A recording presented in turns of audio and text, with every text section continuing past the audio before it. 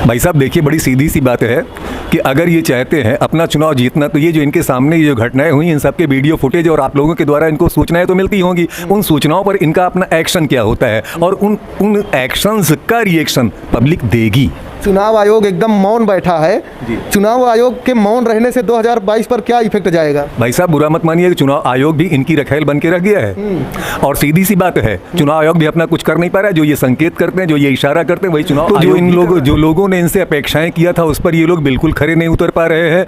इस समय जो है अपराध का बोलबाला है हमारे प्रदेश में। अभी भी ब्लॉक प्रमुखी के पर्चे भरे गए। जो वीडियो हमारे आ रहे हैं आप देखेंगे तो लगेगा आपको कि सीधी सी दबंगई का बोलबाला है। और यहाँ का चुनाव कास्ट, क्राइम और जैसे बेरोजगारी है, शिक्षा की व्यवस्था है, चिकित्सा की व्यवस्था है, जो सामान्य जनता को चाहिए वो जब तक अच्छे ढंग से सुलभ नहीं होगा। महंगाई और बेरोजगारी चारों तरफ क्राइसिस मची है, चिल्लाहट मची है, न कोई बेरोजगार हो रहा है। सब इन लोगों के दिन जरूर बदल गए हैं, तो इनसे जनता एकदम त्रस्त हो गई। रही बात 2022 की, और मैं जानता हूं यदि भ्रष्टाचार न हुआ और कायदे से, अगर स्वच्छता से, अगर शुचितापूर्ण ढंग से अगर चुनाव कराया गया, तो प्रदेश में अभी इतना ज़्यादा कंट्रोल इन्होंने नहीं कर पाए हैं कि किसी बात के लिए हम इनकी सराहना। आप देख रहे हैं बीपीएल न्यूज़ में आपका स्वागत है। जैसे कि 2022 का सियासी मुद्दा बहुत ही गर्म है और आपको पता है कि लखनऊ से लेकर दिल्ली तक, दिल्ली से लेकर लखनऊ तक भगदड़ मची है। बुजुर्ग दादाजी हैं, उनसे बातचीत करते हैं। तो 2022 में आप किसकी सरकार बनाना चाहेंगे, योगी आदित्यनाथ जी की कि अखिलेश यादव जी की?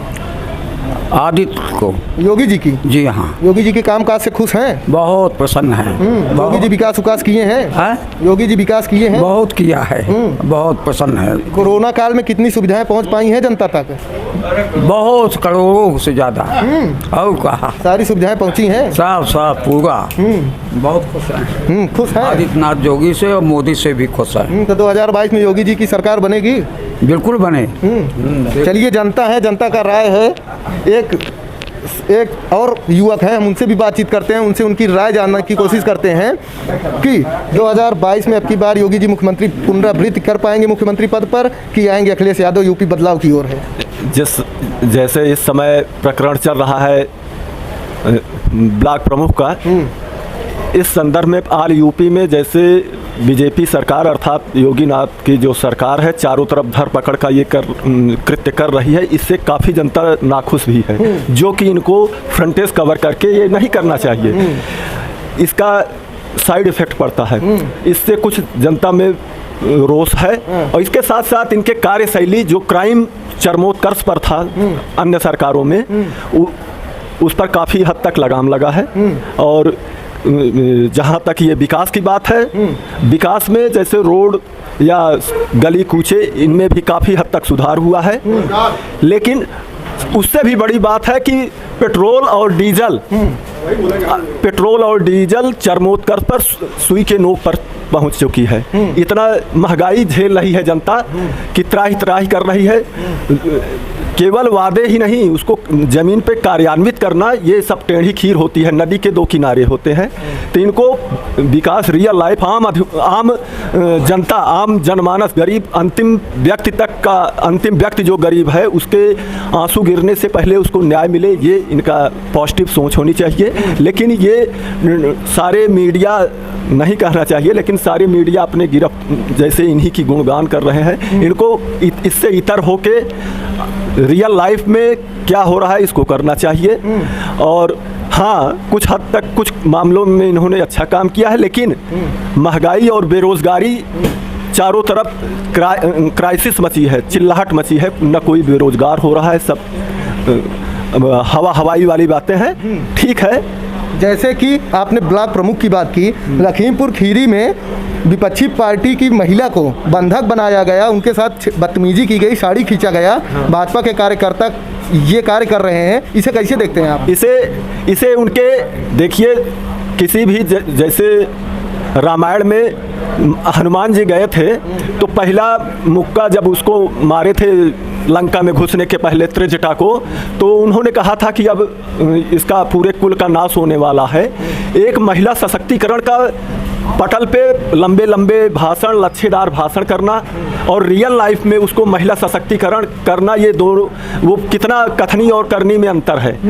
तो इसका खामियाजा आज नहीं तो कल 100% इसको खामियाजा भुगतना पड़ेगा। रही बात ब्लॉक प्रमुख का कब्जा, धर पकड़, ये सब बीडीसी वगैरह को जबरन अपनी ही बातें मनवाना, ये तो जिस पार्टी की सत्ता रहती है वो कुछ ना कुछ करती है, लेकिन बीजेपी इसमें सारे बाउंड्री को उसको लांघ के, उसको मर्यादा को लांघ के, उस पर पैरों तले रौंद के सारी मर्यादाओं को काम कर रही है। जैसे कि जिला पंचायत अध्यक्ष का भी चुनाव हुआ, इसमें 75 में से 67 सीटों पर बीजेपी ने प्रकांड जीत हासिल की है।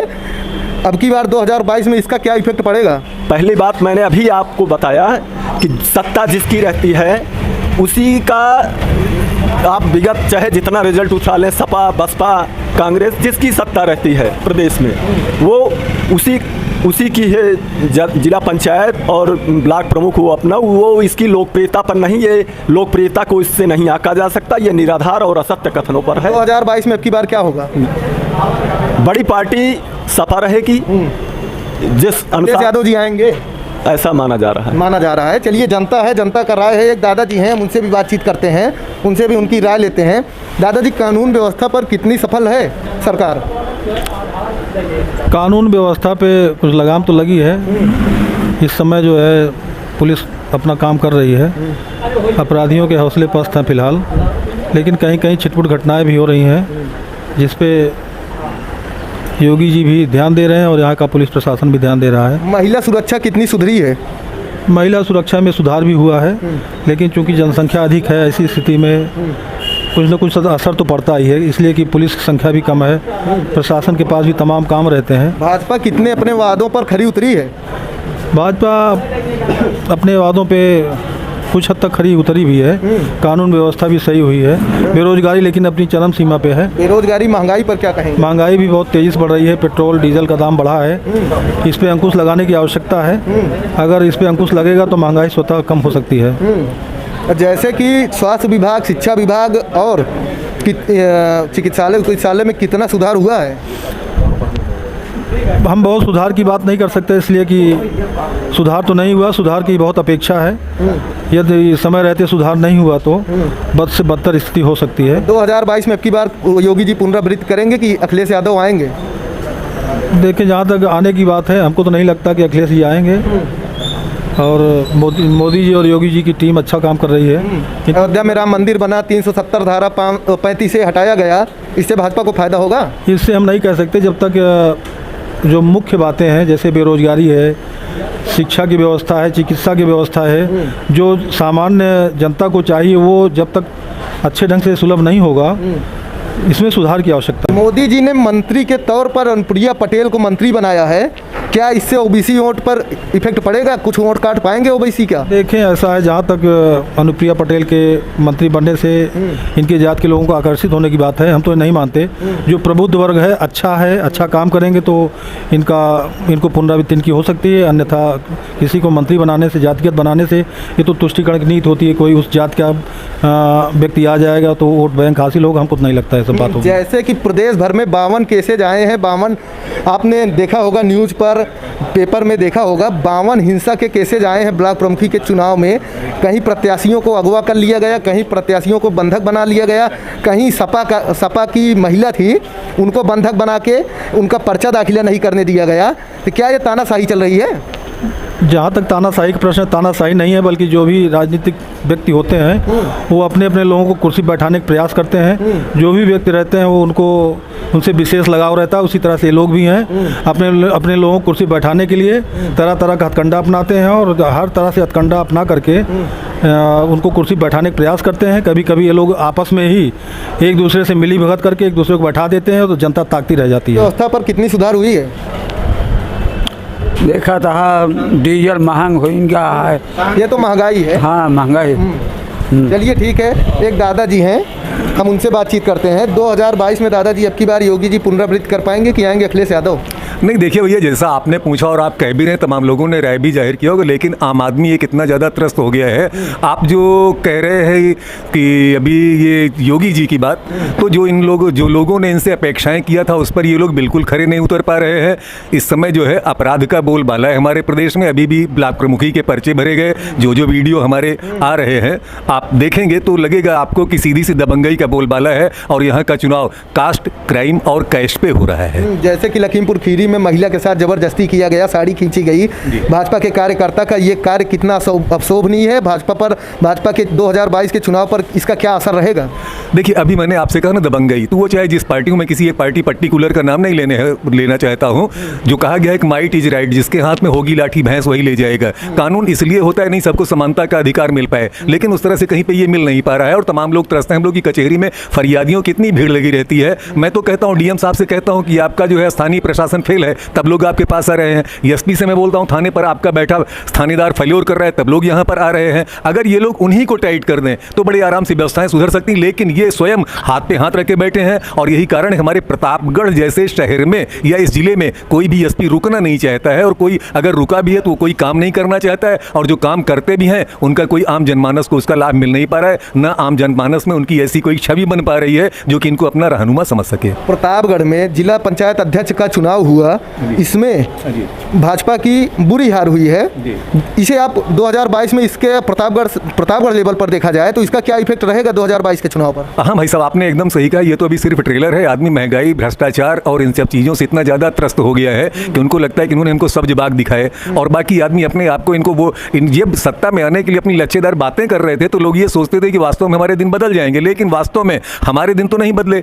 ये जो नेता कह रहे थे, इन लोगों के दिन जरूर बदल गए हैं। तो इनसे जनता एकदम त्रस्त हो गई। रही बात 2022 की, और मैं जानता हूँ यदि भ्रष्टाचार न हुआ और कायदे से, अगर स्वच्छता से, अगर सुचितापूर्ण ढंग से अगर चुनाव कराया गया, तो अब प्रदेश में अभी इतना ज़्यादा कंट्रोल इन्होंने नहीं कर पाए हैं कि किसी बात के लिए हम इनकी सराहना कर सकें। जैसे कि जिला पंचायत अध्यक्ष का चुनाव हुआ, ब्लॉक प्रमुखी का चुनाव हुआ, दोनों में गुंडागर्दी, दबंगई, हर चीज़ एकदम खुलेआम दिखाई दी है। 52 केसेज आए हैं चुनाव के नतीजे। किसी को अगवा कर लिया गया, किसी विपक्षी पार्टी को पर्चा नहीं दाखिला करने दिया गया, किसी को बंधक बना लिया गया। इससे 2022 पर क्या इफेक्ट पड़ेगा? क्या 2022 का चुनाव, विधानसभा का चुनाव सकुशल हो पाएगा? भाई साहब देखिए, बड़ी सीधी सी बात है कि अगर ये चाहते हैं अपना चुनाव जीतना, तो ये जो इनके सामने ये जो घटनाएं हुई, इन सब के वीडियो फुटेज और आप लोगों के द्वारा इनको सूचनाएं तो मिलती होंगी, उन सूचनाओं पर इनका अपना एक्शन क्या होता है, और उन एक्शंस का रिएक्शन पब्लिक देगी। चुनाव आयोग एकदम मौन बैठा है। चुनाव आयोग के मौन रहने से 2022 पर क्या इफेक्ट जाएगा? भाई साहब बुरा मत मानिए, चुनाव आयोग भी इनकी रखेल बन के रख गया है। और सीधी सी बात है, चुनाव आयोग भी अपना कुछ कर नहीं पा रहा है। जो ये संकेत करते हैं, जो ये इशारा करते हैं, वही चुनाव आयोग भी कर रहा है।